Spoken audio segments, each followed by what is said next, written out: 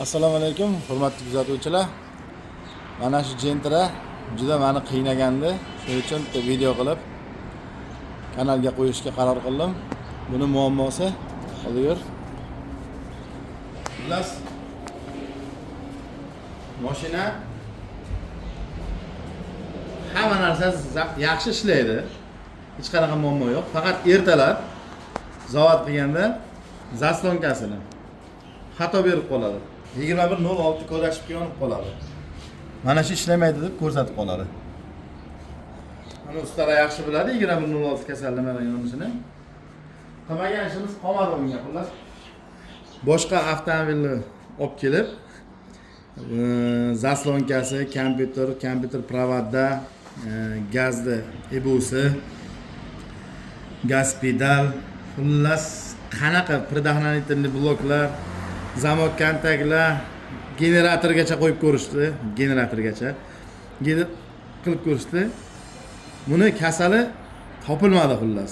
Biz ham buni 1 oydan beri ko'ramiz. Buni har ertalab faqat kasalini ko'rishimiz uchun diagnostika qilamiz, nimadir ishlarni qilamiz, sinab ko'ramiz. 1 oydan beri mana xullas Xudo xolasa kecha biz buni aybini topganmiz. Buni aybi aytsam juda qiziq. Hech shundan chiqishiga ishongim kelmadi, lekin harakatda natijasi qildik, buni to'g'riladik. Ustakalar, mana shu narsadan chiqdi aybi. Bu mana bu generator remenni tortib legirovka qilib turadigan natajitel. Shundan chiqdi. Mana Xudo xolasa hali mashinani zavod qilganimiz yo'q, ertalab. Mana shu narsani kecha biz almashtirib ketganmiz. Ertalab sinab ko'ramiz. Sizlar bilan birgalikda. Xudo xolasa natija beradi degan umiddamiz. Mashina mana endi hozir zavod qilamiz. Zavod bo'lgandan keyin uzoq bo'lsa 30 sekund ichida kasallik bo'lish kerak edi. Hozir ko'ramiz qani, shunaqa bo'ladimi yo'qmi.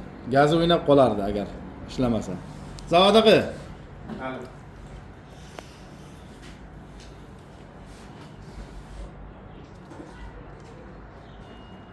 Ana bismillahirrohmanirrohim. Mashinamiz o'toldi.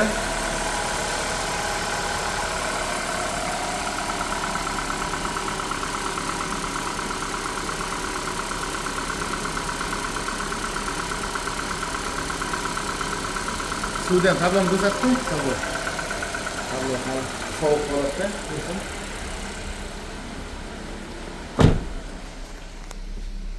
Mana hal tablosi 0 ga turibdi. Temperatura ko'targani yo'q. Xudo xolasa mana mashinamiz ishladi.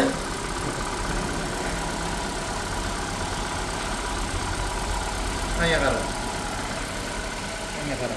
Videoda yonboshqa bo'ladi. Ustakalar. Mana shu narsadan chiqdi shuni kasali. 1 oy kavladi.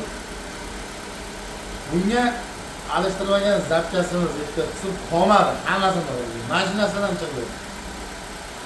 Shu narsa elektrический xato beryapti. Zaslonka 21:06 ishlamayapti. Ispravnost deb chiqib qoladi. Men hayron qoldim.